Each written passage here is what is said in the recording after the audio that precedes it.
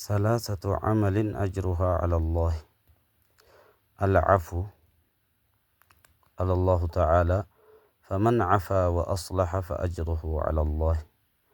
والصبر، قال الله تعالى: إنما يوفى الصابرون أجرهم بغير حساب. والصوم، قال رسول الله صلى الله عليه وسلم: كل عمل ابن آدم له إلا الصيام فإنه لي وأنا أجزي به.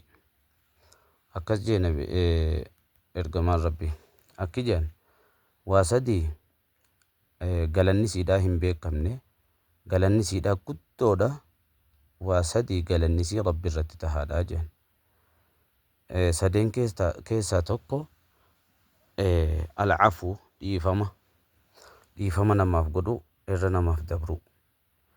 rabbiin qur'aana isaa keessatti akki jee: faman cafaa wa aslah, namni namaaf irra dabree waan bade takka akkasitti tolche, waan namaan walitti balleessanii jeen akkasitti deebisee tolchee je.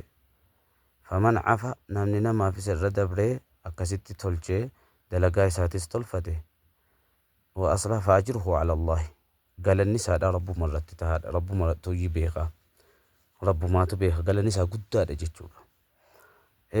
galanni biroodha hundinuu namni akkas dalagee jee waan akkasii argata, waan akkasii argata jedhamee haddadamee jira. kun sadeen hin haddadamnee jeen. ammaas obsa jeen, sabbaru waan hunda irrattu jechaadha. diin keessatti yoo tuqamtes obsuudha. deebi'ee ammas immoo azaadhuma namaa namni azaasi godhee jee irrattis obsuu. ammas immoo sabrii gizee jeen tokko xaa'a rabbii irratti illee obsuu, musiibaa si dhuftu hunda irratti illee obsuudha.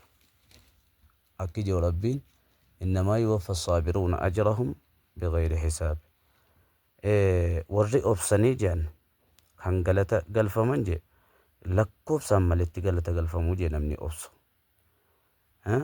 amma soomana nabiyyiin akki jee sallallahu alaihi wasallam akki jeen kullu camala ibni aadama lahu, dalagaan ilmaan aadam hundi siituu jee isaaf taatuudha.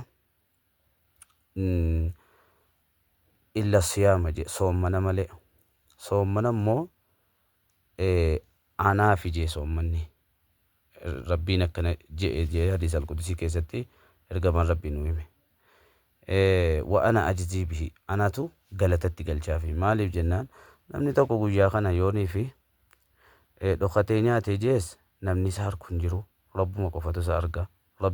rabbiidhuma isaa sodaateetiyyi namni kun soommanaan oole, kanaaf anaatu beeka, mindaa isaas bigayri hisaabin lakkoo isaan maletti anatu galchaaf jedhe.